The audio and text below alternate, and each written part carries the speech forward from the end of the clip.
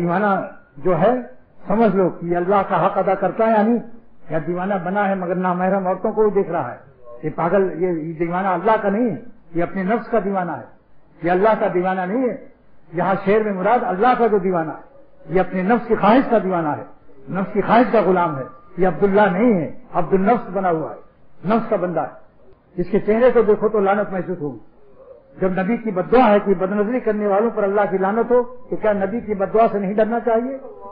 بولو میاں، پیروں کی بددعا سے ڈرنے والوں، جن کی غلامی سے پیر بنتا ہے، ان کی بددعا سے نہیں ڈرو گے؟ سرور عالم صلی اللہ علیہ وسلم جلدی سے توبہ کر لو. اگر غلطی سے ہو جائے نظر تو جلدی سے ہٹا کے نظر کہو اللہ تعالیٰ مجھ سے غلطی ہو گئی، میں آپ کا بندہ ہوں اور نادم ہوں، شرمسار ہوں، اور آپ میرے پروردگار ہیں.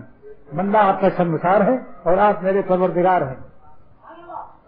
استغفار کی برکت سے انشاءاللہ تعالیٰ پھر لعنت ہٹ جائے گی اور سائے رحمت میں آ جاؤ گے.